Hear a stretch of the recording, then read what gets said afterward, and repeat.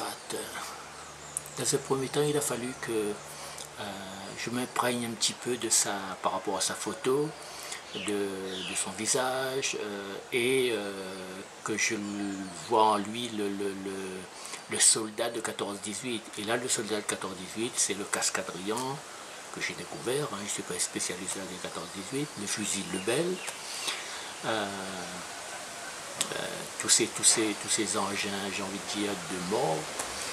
C'est ainsi qu'il a par exemple un gros obus de rupture sur sa droite. Et eh bien, Jacob Gaz, j'ai voulu montrer toute la fatigue que peut avoir toute la détresse que peut avoir un soldat sur le front. Il y en a qui ne voulaient pas attaquer quand il le fallait. Il faut se retrouver dans ces circonstances-là. Et c'est tout ça que j'ai voulu traduire. Alors là, il est extrêmement fatigué. Il vient de sortir de sa tranchée et il a certes des grenades près de ses mains, mais il a un galet dans la main. Il a un galet, pourquoi? Parce que à ce moment-là, Jacob, lui qui a quitté son Arafat natal, il n'a plus envie de tuer. Et c'est vraiment le message très fort que j'ai voulu faire passer.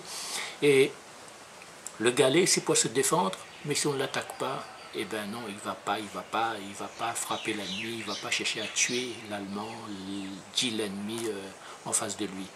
Et on a voulu, notamment avec l'élu d'ailleurs, le mettre sur une clé de voûte. Une clé de voûte, alors il faut imaginer en construction, quand vous avez une sorte d'arcade, une voûte, la clé de voûte, c'est la pierre au milieu qui permet à l'édifice de tenir. Et alors, la clé de voûte, c'est pour symboliser la force de la Réunion, la force de Jacob Gaz, qui représente une sorte de pièce maîtresse dans ce dispositif de guerre. Et c'est le message qu'on a voulu faire passer. Sans la clé de voûte, tout s'écroule. Et on est peut-être un tout petit peu chauvin, d'accord, mais c'est montrer que la Réunion a joué un grand rôle, l'outre-mer a joué un grand rôle dans la guerre 14-18. Et ça reste une réalité. Voilà le message très fort qu'on a voulu faire passer. Il n'a plus envie de tuer et il aspire à la paix, lui.